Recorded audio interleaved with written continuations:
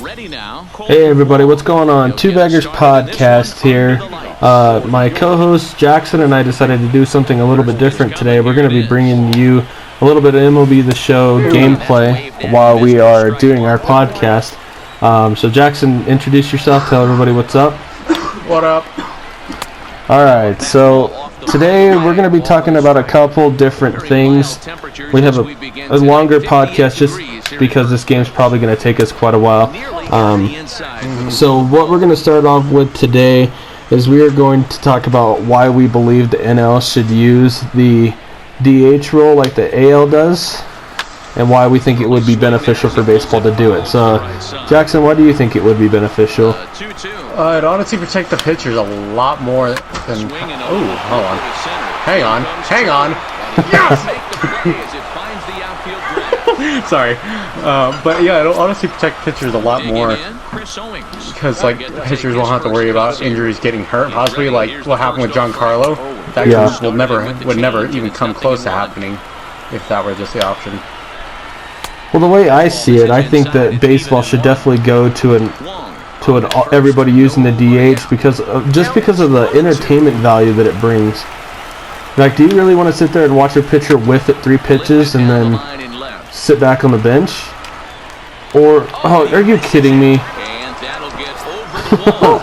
or do you want to sit there and watch, somebody who's hits a lot of home runs? You want to see home runs? I mean, home runs are the most exciting part of baseball, right? Mm-hmm. And so, by adding another bat into the lineup, like, I think that, I think it just adds more pizzazz to the game.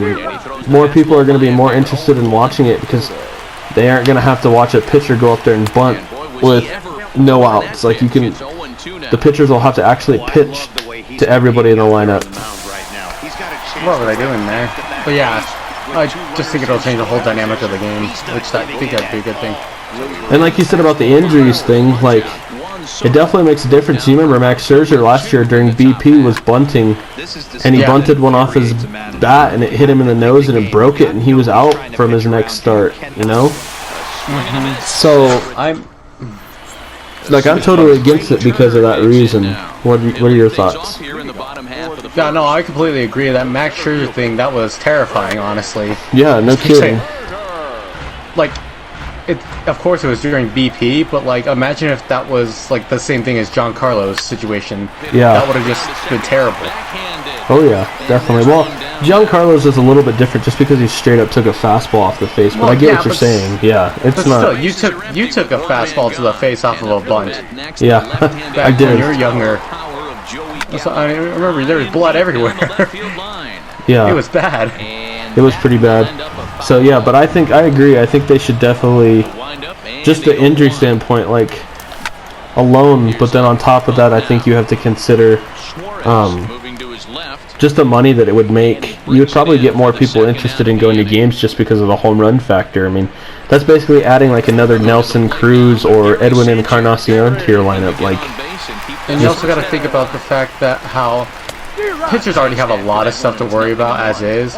Yeah. Like, a lot of them are dealing with elbow problems as is and a bunch of other stuff. Like, last thing they need is something to happen while they're hitting. Oh yeah, I totally agree. Alright, so then moving on. So speaking of Gary Sanchez, who's hitting right now, he's got a new catching stance. Have you seen what it looks like? You told me a little bit about it, but I didn't see much about it. You haven't seen John Boy's video on Twitter?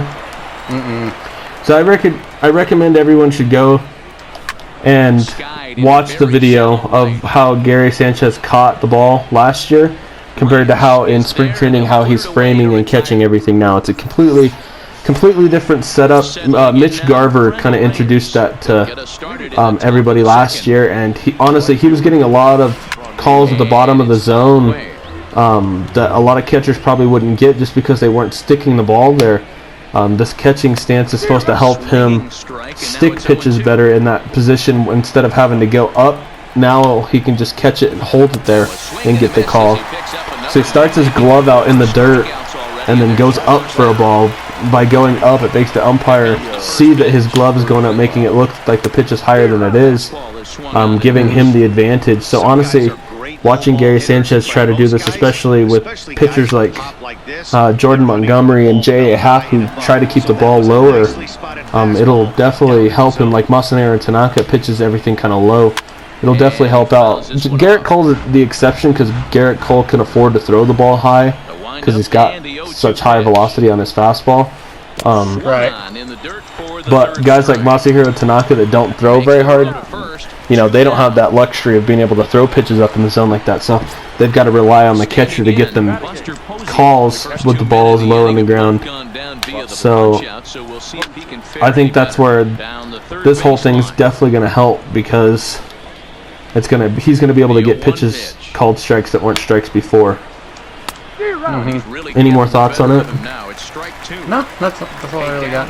I really honestly believe the only thing that's holding Gary Sanchez back, that's a nasty cutter by the way, but the only thing that's holding him back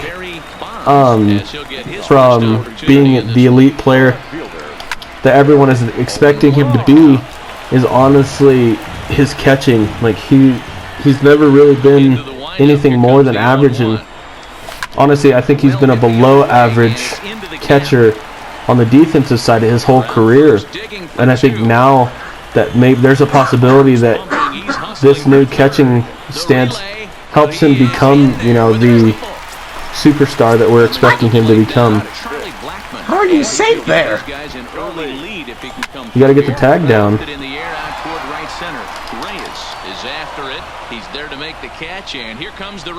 Aww, there we go. Only if he had a better arm. But yeah, what are your thoughts on it? Do you think it'll help him become elite, or do you think he'll just kind of remain at the top of the zone but not quite the best catcher in baseball? I mean, I feel like he'll be up there, but at the same time I don't feel like he's going to be elite. Not yet. Do you think it'll happen, or do you think he's better off suited being a DH here in a couple years? I say give it time. Honestly, I couldn't really tell you now. Because, I mean, he's been in and out with injuries and stuff. Yeah. I couldn't really tell you much because we haven't really had to see it a whole lot. Yeah. Speaking of injuries, so topic number 3 for today's podcast, we're going to talk about, you know, all the major injuries that are happening with all the superstars in baseball right now. Like, they said Aaron Judge has got a stress fracture in his rib cage, where he's probably going to be out some amount of time. What's his name? Giancarlo Stanton still has a calf strain, and so he looks like he might not be ready for opening day. And then you've got Chris Sale, who's been going to see multiple doctors to see if he needs surgery on his elbow. As they announced today that they don't think he's going to need surgery, but that's got to be some cause of concern for the Red Sox, just because like that's their guy, you know. And then you still got Blake Snell, who, remember, last year had to miss significant time for elbow injury last year, and now he looks like he's going to start the season off on the IL due to that same elbow. So I don't know. What are your thoughts on these guys going down so early? Oh, I thought Scherzer was about to get a base hit there. He almost did. But I don't know, with Judge, I feel like, you know, that's a big thing for us, but at the same time, it's not that big. Like, because we have that mentality, same thing from last year, next man up. Yeah. Same thing with Giancarlo, which it's not that big of a deal. Right. Now, Sale, that's a big one. And I don't know, what I read on it, it was that his, like, he's been having problems with it, and they're saying that they don't want to do Tommy John surgery. But I feel like it might just be best for him. Like, let's be honest, the Red Sox aren't going to be good this year. Yeah. And it'd probably be best to just let him heal. What was wrong with that one? What the heck? Hey, that's another nice two-seamer right there. He's been able to manipulate that pitch all game. What about Blake Snell? Like, I mean, that's a big loss for the Rays too if they're not going to have him this year. Well, yeah, that's going to be a big loss. But hey, it's good for the Yankees. Yeah, it's definitely good for the Yankees, but for baseball in general, Like, that sucks because I don't know, pitching talent is going down. yeah. A few years ago, it was like all big about Kershaw, Scherzer, Bumgarner, and like Miller. Whenever he went to the Indians, I think was it the Indians? Kluber, there you go. Like all of, well, I know Miller went to the Indians, but Kluber, he was the big one for the Indians. Like that's what baseball was about. It's just the biggest thing for pitchers at the time. Like that, everyone was hyped about them, but now it's just kind of dying off because like, oh, this pitcher's getting hurt. Oh, this pitcher's getting hurt. Do you think it's like people? Do you think it's related to how people are getting themselves ready for the season, or do you think the problem comes from the long season, 162 games? I think it's coming from the long season. Yeah, I don't know. I think honestly the season is really long, and I definitely think they could use more breaks. But I think honestly they should get rid of a lot of spring training. Like honestly, spring training. I know you want to see these young guys that are coming up to see if they're gonna have a chance to make a squad or if they can be good trade pieces or what. I know you're trying to scout this, but at the same time, like you could have your own spring training league for that, and honestly get the major league season started earlier so they get more breaks, or even shorten the season by 8 games, 10 games. Dang it! It would just make sense. I mean, with all these injuries that keep happening, and it's not like they're just happening to like normal everyday players. I mean, these injuries are happening to superstars. Stay fair. Nearly would have got him on the board. Instead, it's a long foul ball. But yeah, what are your thoughts? Do they need to shorten it? Yeah, I really do think they need to shorten it. Like, what do you think? By 8, 10 games, 20 games? What do you think? I think 8 games would be good. Go back to what it originally was, 154. Yeah, I have to agree. I think even going down to like 145 games for a season wouldn't be so bad. 100%. Like, you also got to see it from the player's perspective too, because like they're hardly. I bet they're hardly home. Oh yeah, these guys are hardly home all year long. That might have been your second home run if you'd have waited back on that a little bit. Yeah, I know. I don't know. That first one was so close. Right, but with how it was, I don't know. Because like A-Rod, he never really taught his kids, I bet. Wait, what did you say? A-Rod hardly saw his kids when he was playing. Oh yeah. But now he sees them constantly. Ah, shit. Yeah, I agree. I think it would help families out too. They would get to see their families a lot more often. They wouldn't have to worry about them traveling so much. I honestly think a lot of problems stem from not being around their families as much. True. So, I don't know. I agree. I think they should definitely shorten it. Oh, that's gone. Dang it! Yeah! It's Glaber too. That would happen. Well, at least you've got some hits against me this time. Just so everybody knows, I definitely hit him. Perfect gamed him actually the last time we played. Thanks, sir. It didn't happen. I have a pick, and I will include it in this week's podcast, just so you know. Nah, you're gonna forget it. No. But, okay, so moving on to our next topic. We want to kind of talk about Christian Yelich's record extension. So, do you see how much it was for? I just know it was a lot. $215 million over 9 years. I mean... So do the math for that. What is that? 215 in the middle of a game. Oh, I'll do it. Give me a second. $215 million over 9 years is gonna be about $24 million a year just to play baseball. Yeah, that's a pretty big contract. So, like, what are your thoughts on that? Do you think baseball players should be making that kind of money, or do you think it's kind of ridiculous that these guys are getting paid like that? I mean, no, because let's think about it. They're because what, the Olympics are coming back? Yeah. Let's say baseball's coming back in the Olympics. I mean, they're going to be Olympic athletes technically, so I don't really see that big of a deal.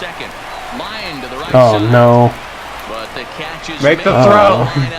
Okay, I got back. We're good. I tried stealing with Bonds. Which you guys are all probably wondering how I have Barry Bonds on my team. Well, he's my created player, and so yeah, I made Barry Bonds look exactly like Barry Bonds. He's running a pitch out. The throw. Thought about going for second, but instead now they've got him in a pickle. Of course that would happen. At second base. Yeah, I don't know.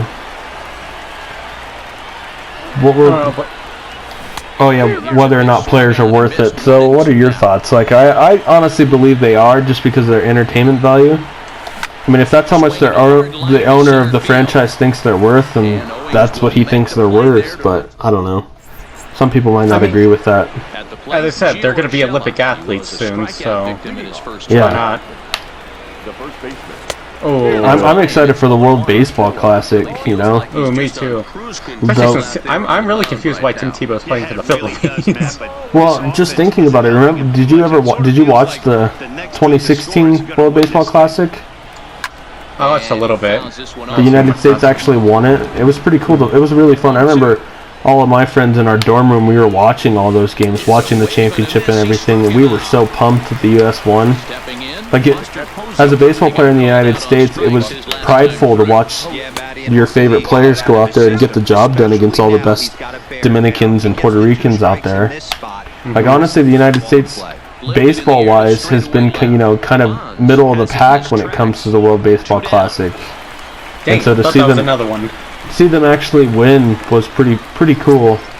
Striding into the box, Max Scherzer. Junior, what do you think about uniforms? I don't know. Like, your logo needs some work, but they're not terrible. I know the logo needs work. What do you think of my uniforms? They look pretty generic, you know. They only look like the greatest uniforms ever. Well, yeah. They look like the one I've seen since, I don't know, how I was born. Yeah, pretty much. Since my eyesight could develop. Alright, so kind of moving on to our next topic. We have a couple more we'd like to get to before the end of the podcast. But moving on to our picks for the awards this year. So, who wins AL MVP for you, and why? See, I'm trying to think here. AL. He found his way over to third. First pitch on its you know, way. I forget constantly what teams are in which. The other way down the left field line. So, like, the East is the Yankees, Orioles, Red Sox, Blue Jays. Who else? Did I forget the Rays? And then the Central is the White Sox, the Tigers, the Royals, the Twins, and the Indians. And then in the West, you've got the A's, Astros, Angels, and Mariners. Oh, well, I could answer that easily right now. Okay, who? Trout.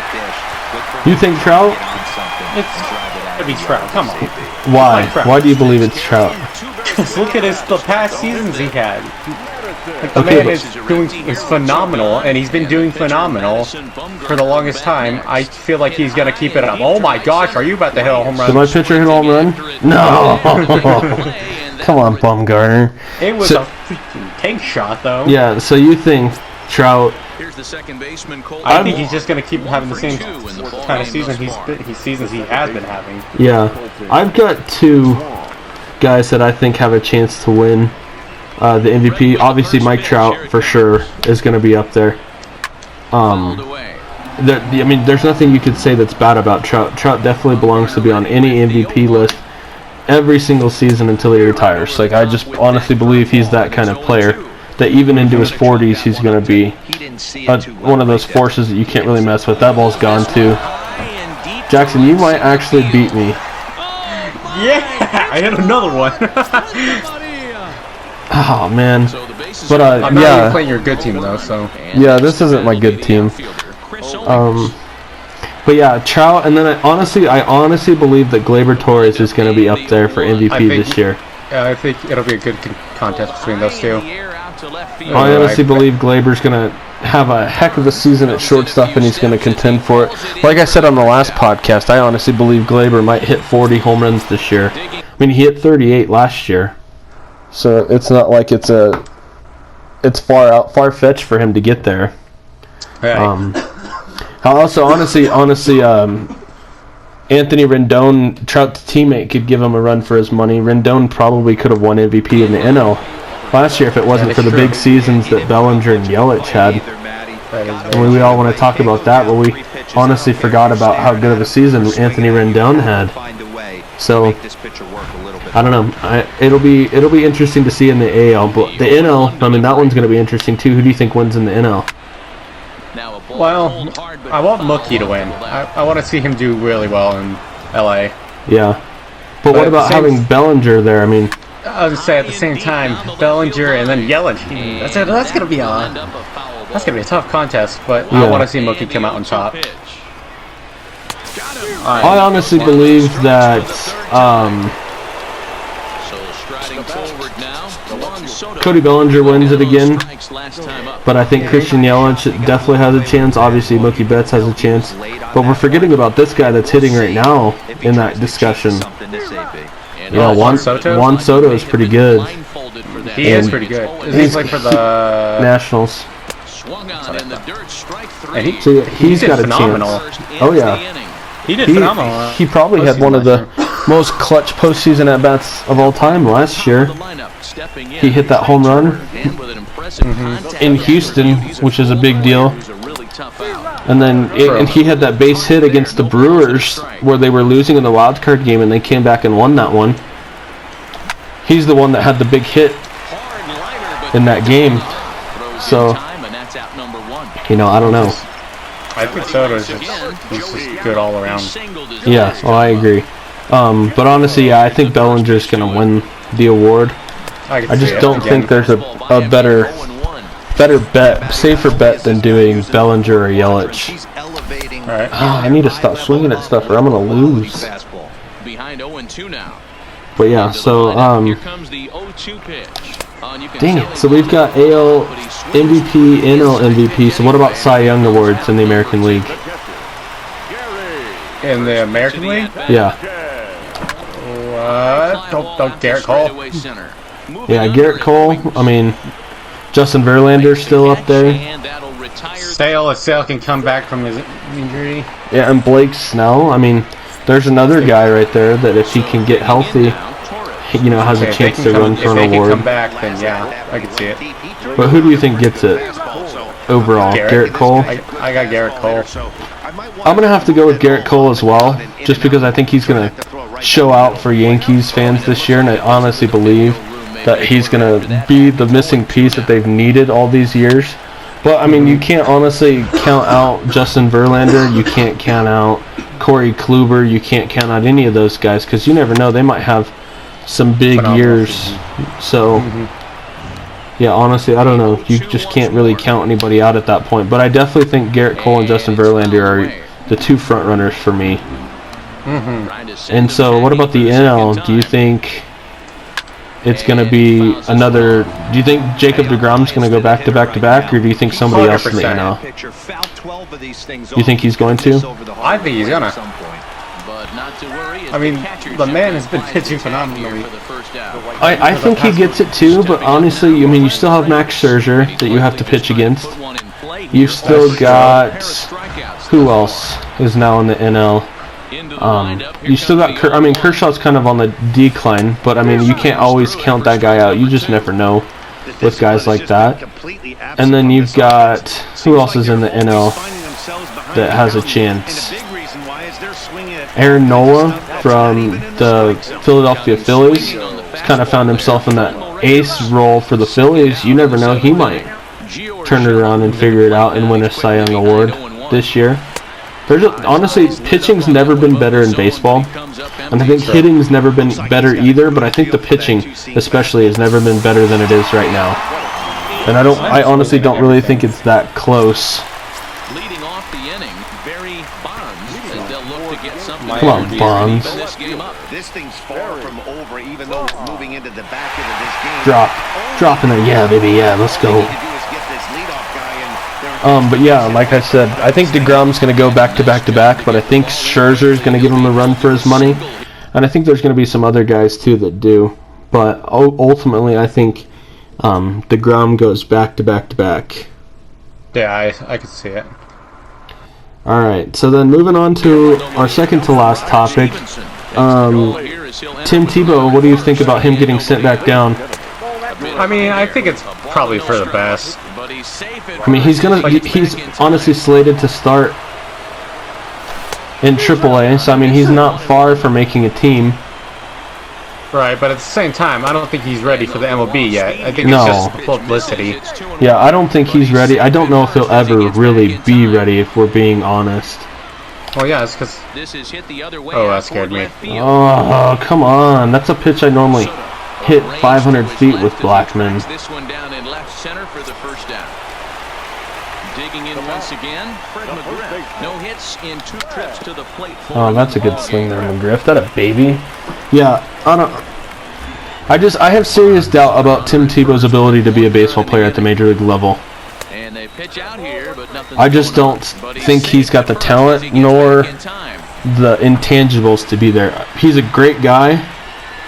Definitely has the media presence to be there. Definitely has the overall physique to be there. But I just don't think he has the man played in the NFL. Yeah, I just don't think he has the absolute skill set to be there. Oh yeah, he's not like, ooh, oh no. This one gets away. That's big. He's not a Bo Jackson type guy. That moves the possible not at all. Run into scoring position. Here's a swing and a line. Let's go. I needed that big time. That a baby McGriff. He pulls into second safely as this game is. But yeah, no, Tim Tebow is just. I don't think he makes it for me. That's just my opinion, though. Yeah, I don't. You're getting slap happy now. I know. What do you mean? Breaking ball inside. It's even at 1. I'm literally hitting the yellow, and it's like, nah, I'm not gonna give that to you. Runs in scoring position here with 1 away. Oh, I thought that was totally getting through. Go 3, I dare you.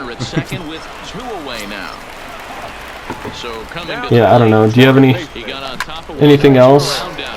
Nah. Do you want to add about that topic, or do you want to move on with the whole Tim Tebow thing? I mean, I don't know. I guess with the Classic, like with the upcoming and him playing for the Philippines, I guess that could be like an eye-opener. See if he can handle that kind of thing. I mean, I agree, but the World Baseball Classic is until after the season's over, I think. So, I mean, do you think he makes it to the big leagues this year, or do you think he takes another year? If he does, I don't see it being because of his skill. Bonds, you better get there. Yeah, I don't know. I don't see him making the big league roster until maybe September for a September call-up, just to sell tickets, because I don't think the Mets are making the playoffs. And that's probably a controversial topic in itself. A lot of people just don't think that he's going to be, or the Mets are going to be a playoff team this year, and I for one don't really think they're going to be either. Even though I think they have all the major stuff to really be a playoff team, you know what I mean? I'm not taking any chances with this. Oh no. Oh no. Oh no. Oh no. I hate you. It's a good thing Trey Turner's a 97 speed. That was such a good. That was a freaking tank shot. Oh, we have 52,000 people attending. That's a lot. I wish we had that many people listening to our podcast, honestly, if you guys would just share the dang thing. Ooh, man, you're getting kind of close there. No, but yeah, I don't think the Mets are going to make the playoffs. I don't see them being a playoff team, don't see them being a contender. Even if they have DeGrom, Stroman, Syndergaard. What? Oh, speaking of that, What do you think about the minor league using the automated strike zone this year?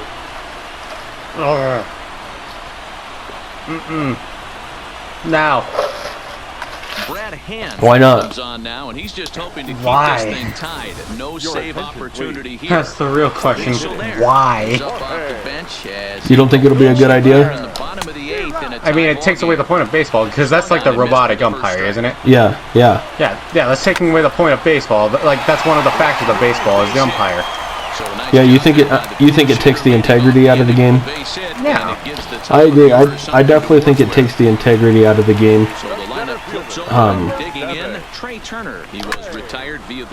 Oh, dang it. Just, like, of past experiences, like, umpires kind of make or break games, but I think at the same time, like, that's just something you don't really want to change about baseball. Baseball is this beautiful game, and there's always been human error in it, and I think taking that away just kind of takes a lot out of the game itself. Just makes it more and more like football and basketball with the replay system. I mean, we already have the replay system now in baseball anyways, which has shown that it's been good but also bad at the same time. Yeah, I don't know. I think it'll be a problem in the next upcoming years. Well, yeah, and even like I understand the replay system and all, but at the same time, you got to think about it from like that perspective. Like, whenever you're playing baseball, you have something really big happen, and then all of a sudden it gets taken to the booth, and they change the call. Like, your team goes from really hyped to, you just lose all that energy, and it can change the whole game. Yeah. No, I totally agree. Speaking of, like, kind of like using computers, talking about our topics here, but, Goose Gossage kind of said some pretty controversial stuff in an interview recently. Did you happen to see what he said? No. So he basically came out and said he hates this whole sabermetric era. He thinks that we should get rid of advanced statistics, advanced sabermetrics, and go back to the eye test. What are your thoughts on that? On sabermetrics? Yeah, I take a sabermetric for umpires, like the new thing. Well, no, not umpires, but like statistics and stuff. Yeah. Like, you're talking about, like, for this one, advanced statistics would be like defensive runs saved and like those metrics, the extra metrics that really separate players, you know? Like Aaron Judge's metrics were ridiculous on the defensive side, even though he missed like 60 games last year. Right. Get through that, a baby Bonds, 4 for 4. I will take that every day. But yeah, no, Goose Gossage definitely came out and said he does not like the rule, not the rule, but the sabermetrics, and he thinks that we should get rid of those in baseball. I mean, yeah, I can understand why. Are you one of those eye test guys, or what? I mean, like, statistics and all, like, and everything, it's cool, it's good and all, but at the same time, baseball is just baseball. Like, we don't need all this number crunching, stuff like that. See, I'm more of a number cruncher. I wasn't in the past, but I definitely have become a number cruncher recently. And well, I just... like, with stuff, like, when it comes to money and stuff, I understand being 100% like a number cruncher. But, like, I don't know, when it just comes to stats and stuff, just play the game. See, I disagree, because the stats the numbers don't lie. You know what I mean? Like, they don't tell you things that aren't true. That's true. No! Yeah, they don't tell you things that aren't true. Which is why I honestly believe that we need to evaluate players that way. Come on! I had good timing. Well, you should use the PCI in this game. If you have good timing and your PCI is near it, then you're gonna hit it. Because like my swing path looked directly on the thing. No! Oh, Joey Gallo over there. What a sexy beast. That's a good pitch. Ooh. Thought I was gonna get you. Go, buddy. Ooh. You're so lucky. No, what am I swinging That's at? disgusting. Ooh, that's gross. No, I'm more of a Moneyball kind of guy nowadays. You know what I mean? Like I honestly believe you need to look at the numbers, look at the production in more than just hits, RBIs. Because we had this argument earlier, or at least I did with some of my friends, that RBIs are a team stat because RBIs depend on people getting on base if they're not solo home runs, right? Right. And so I think teams get lucky, or players get lucky when their RBI production when other players are getting on base, and the better your team is, the more chances you have of getting RBIs. So it's really a team-based stat. What I'm looking at is I'm looking for, you know, things where I'm looking for players who can produce without runners on base, who can get in scoring position to help their teammates out. How dare you let someone wear that number? Who, what, 2? I can't help it. This isn't good. I'm popping out left and right. But yeah, back to what I was trying to say, you know, I honestly believe that sabermetrics and all these numbers are honestly giving us more information than we've ever known before, and I think it helps baseball out. I'm honestly one of those Moneyball guys that, you know, truly believes that people are better off if they are looked at that way. But what are your thoughts? Do you honestly believe the eye test is the best way to look at players, or do you think it's a combination of both? I think it's a combination of both, honestly. Yeah, I mean, I can definitely say that I look at a player and I'm like, okay, well, he has all the tools to be better than what his numbers say. So I think sometimes you have to look at the eye test and the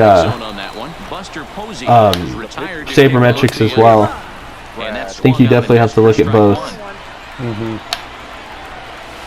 But yeah, I mean, that's going to conclude our podcast for this week, at least for our topic-wise. We're definitely going to stay on here and talk a little longer about, you know, just random things while we're here. So you're welcome to go ahead and listen with us and stay with us. But that pretty much ends the podcast. Jackson, do you have any closing comments that you'd like to add?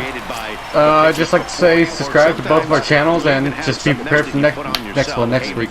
Yeah. So next week, my background, we'll go back to the normal setup, but I will be at a different place for next week's podcast.